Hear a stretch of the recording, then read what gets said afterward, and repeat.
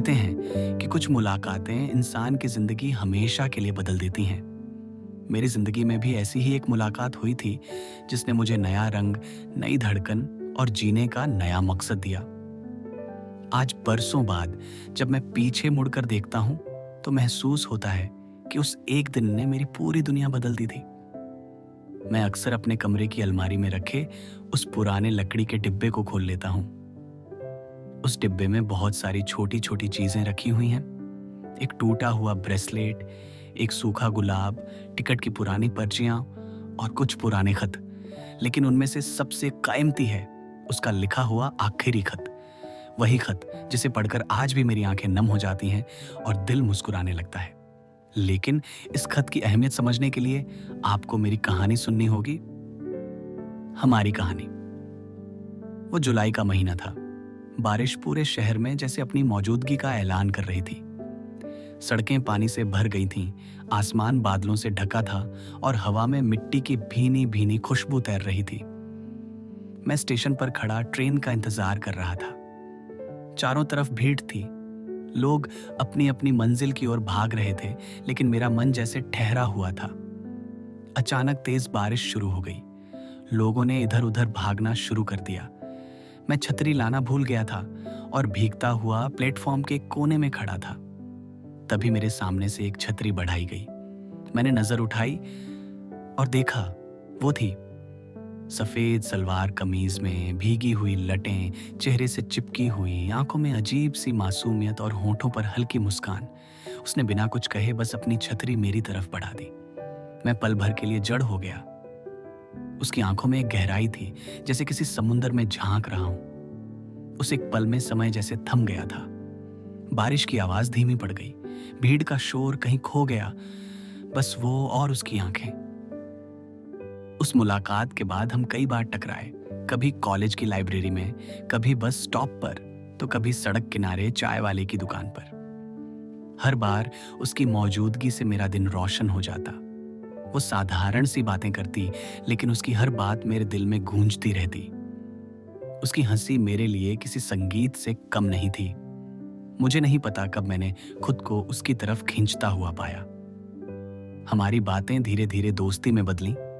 हम घंटों बातें करते, किताबों पर, संगीत पर, सपनों पर। उसने मुझे सिखाया कि जिंदगी को सिर्फ जीना ही नहीं, महसूस भी करना चाहिए। एक शाम हम दोनों कॉलेज के गार्डन में बैठे थे। सूरज डूब रहा था, आसमान में हल्का नारंगी रंग फैला था और हवा में ठंडक थी।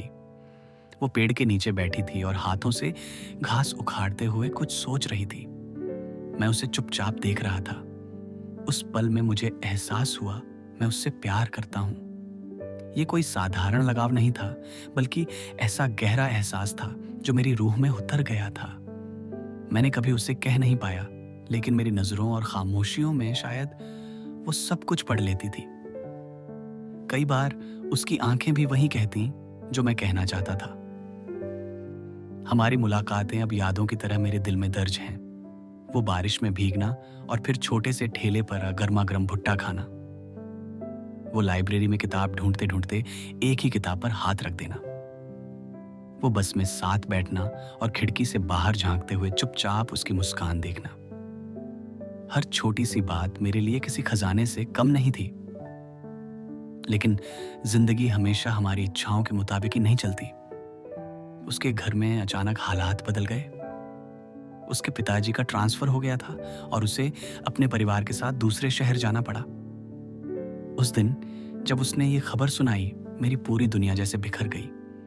मैं चुप था और वो भी चुप थी। दोनों जानते थे कि शायद ये आखिरी मुलाकात है। उसने जाते जाते मुझे एक खत दिया। सिर्फ इतना कहा, जब भी मेरी याद आए इसे पढ़ लेना। मैंने खत हाथ में लिया, लेकिन उसे खोलने की हिम्मत नहीं हुई। उसके जाने के बाद मैंने कई बार उस खत को खोला। उसमें लिखा था, प्यार हमेशा साथ रहने का नाम नहीं होता। कभी कभी दूर रहकर भी प्यार दिलों में जिंदा रहता है। अगर मुझे याद करना चाहो तो आसमान की ओर देख लेना। वहां जो सबसे चमकता तारा होगा वही मैं हूं। उसकी लिखी पंक्तियां मेरी रगों में दौड़ते खून जैसी बन गई। मैंने उसे कभी खोया नहीं, क्योंकि वो मेरी सांसों में बस गई थी। आज जब मैं उस डिब्बे को खोलता हूँ तो उसकी यादें फिर से ताज़ा हो जाती हैं। उसकी हंसी, उसकी बातें, उसकी आंखों की चमक, सब जैसे मेरे सामने आ खड़ा होता है। रात को आसमान की ओर देखता हूँ तो वो चमकता तारा मुझे अब भी मुस्कुराता हुआ दिखाई देता है, और मैं महसूस करता हूँ कि प्यार कभी खत्म नहीं होता। वो यादों, ख्वाबों और एहसासों में हमेशा जिंदा रहता है।